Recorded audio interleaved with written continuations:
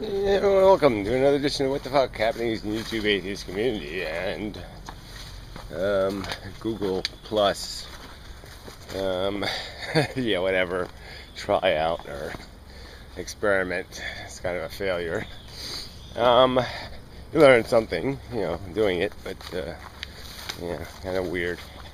So anyway, yeah, the really, substance was a little bit low. And it really needs to be edited down to about 10 minutes of what might be called interesting or even funny. It really wasn't that funny because it was just a bunch of, I don't know what you call that, evading failure. And, that's not good enough. You got to be doing more than that. So yeah, it's just not much to say. Viola, it's really been doing so much better. It's really just quite amazing. She thinks she's, she plays dumb. That must be an Australian thing, though. The people who think they're dumb in Australia are brilliant, and it's the people who think they're smart who are insane. It's kind of upside down world, I guess. But anyway, generally speaking, I suppose. Maybe. Anyway, it really doesn't matter. Can't draw any conclusions based on much like that. But it's just the kind of conversation people have, right? That we do try to make things a little bit too simple. In terms of communicating. And that sort of relates to a recent Modern Mystic video, which wasn't as bad as people had scared me into thinking it was. He's just doing you can't do the I thing, but he also doesn't like my brain, and I think that has more to do with the fact that he wants to universalize conscious experience more than I think is necessary or appropriate. There is a truth to the my brain thing, in the sense that my brain has been constructed by, don't want to do my age thing, but 54 years of bouncing around here, acquiring knowledge, and the little extra months in the womb, kicking my sister maybe. And so I've had that life experience has shaped this brain. So to say a brain is walking down a path is saying so much less than that can be said by simply saying that yes, this particular brain is doing this. My brain, that has a history, a perspective, that has both impulsive reactions and complex thoughts about what it's doing. It just kicked its own foot again into a root. It's not even the stroke foot, and it's like, wow, come on. If you're going to drive the good foot into roots, that's not going to get you too far. So yeah, this brain has a certain style, certain patterns, regular patterns, a certain configuration there's no crime in everybody who's going to interact with it recognizing that, oh yeah, that's that Gary thing, or that's, we do have an identity, and there's just no point in not recognizing that. So anyway, I don't want to make a response video, which I pretty much just did, but anyway, it's what was on this mind. But it's just this language thing and how we communicate with other people. It's like Wayward guy just saw a video he did, kind of lamenting this problem of dealing with somebody who wants to die and whether he should let them go. And as soon as you interact with another person, you can metaphor it too, almost like the act of procreation. To save a life is to create a life in a way. But all of our interactions come with implications. Every now and then I have to, ask somebody, or somebody invites me to ask them in a way. But anyway, they're going to the store or something, or they could pick something up, but any extra trip, I get terribly uncomfortable with the idea that, well, what if something happens to them when they're doing something for me, doing me a favor? Am I going to have to wear that for whatever's left of my life, in terms of feeling, damn, I totally fucked their game. They were doing me a favor, got hit by a drunk driver and dead or something, and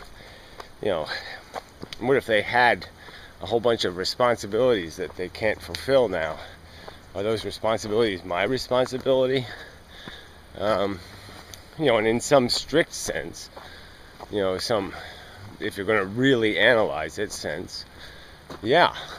And that's just, wow. That's just so dangerous and so obnoxious. But it's sort of a truth. And so I guess I don't know if the mystic intends to broaden his let's talk in real words. Let's talk about what really is happening to these brains as they interact in the world. But that's sort of what's really happening, is that you constantly have to weigh your decisions, and even this concept of ethics is built out of some kind of perception that am I doing this for my benefit or for their benefit, or who's what's the real interest at play? But sometimes we do things, and we can almost see our it's not maliciousness, but our you can kind of sense your own advantage to having certain outcomes, and that's really what you're investing in, is certain outcomes. And it's really not so much about a principle or some other crap. It's about something more simple, visceral, self-serving. And it'd be nice to be able to have those conversations honestly without each other, without it turning into some effort to make people feel guilty or wrong or some other thing. But there is so much at stake that it's pretty hard not to turn things into, for the argument to get a little heated, because from different perspectives there are very important principles involved, and there's certainly very real outcomes involved. So it's just not and certainly it's not the nature of human beings to do things the right way versus the expedited, easier, let's use the fairy tale language, instead of the real language. Let's not talk about what we're really doing, And that's pretty much another video. Sorry. Now I'll talk about determinism related to this, right? Because that's sort of the same thing. It's just this, this idea of a free will is just such a silly notion in the context of, us having, brains that have to calculate all the time and figure, outcomes and whatnot. No harm.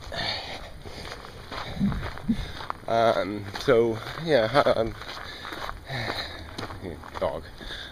It's very nice dogs, but they will bite if at all encouraged by any movement in a I have rights way. It's funny how some dogs are like that. So anyway, but the determinism, we can just, it's just such a fraud when you look, you start seeing what's running inside of your own brain. You just do that little bit of introspection. You can see how you are being manufactured by themes, elements of, intensity, whatever you want to call them, dominant player, pieces of code that just keep wheeling around. And you can certainly predict most of the time your own behavior. You can see what's coming. What's a better way to put that? But just the point is, you can definitely have a memory of your past performance and where you're likely to vacillate or procrastinate. Choose the rounder thing, or the squarer thing, or the bluer thing. So if you make a simple enough question, you can answer the question for yourself just from your knowledge of what you've done in the past. That somehow you'll find a way, whether rationalization or not, but you will find a way, to choose the one that doesn't have a fat ass. That kind of thing. Anyway, that's enough of that. So anyway, it's just, generally speaking, it's just some really good bits of conversation, by these other antinatalists. They've just been really good. The Marco guy and the Mar guy and that Misty Hazy guy, Hazy Wolf, I think. And then Glenos, and I don't want to be slighting somebody, but I mean, sorry about that. But yeah, just these people, they're making good conversational arguments and doing a good job and all that crap, and you can't help but feel good about that. And then there's the other folks that are out there still. My Misery and Me, or Yvette, still trying to find its way. That's not really, that's a little bit fucked up. But Wayward and Heroin Church and all these, they're all still trying to make more sense, maybe is a good way to put it. Make more sense, feel more secure. I guess I just never had that problem because I haven't done much evolution of themes has never been a problem for me. The themes have always been consistent. It's just the intelligence of my verbiage, or the detail, the sharpness of the blade, has improved with time, let's say.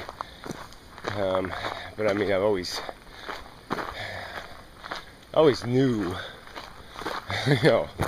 that there was something wrong with the picture, so to speak. My initial reaction was, there's something wrong with this picture. A kind of innate knowledge that if it isn't perfect, then there has to be a justification for that. Somehow my brain just didn't find there to be room for excuses for any flaw this big. Whatever, anything broken in more than a superficial way wasn't acceptable. But I really didn't understand the whys of the unacceptability, in the sense of the details of evolution, and why bad things happen, because there's no compensating, balancing force. The universe can be all bad right to its core, and there's just nothing to stop it from doing that. That's the way it rock and roll. And it's all dumber forces, not smaller forces, that are in control. And that's the pitifulness of our circumstance, is that we got here, by emerging out of stupid stuff. And so there is no smart mentor. There is no smart guidepost. Something that came before us and did it right. So anyway, probably enough. Suppose it all could be worse, and people can always use that dodge. Well, it could have been worse. Yeah, well, it could have been a lot better. So, anyway, I think that's enough. I think the cold is finally going to leave me alone soon. It was a week, I guess. Anyway, so till later and such, and so forth and whatnot. And the movie thingy show, TV show thing coming along. Should be some interesting things posted, and I shall endeavor to do better. My contribution. And until next time, such. So forth and whatnot.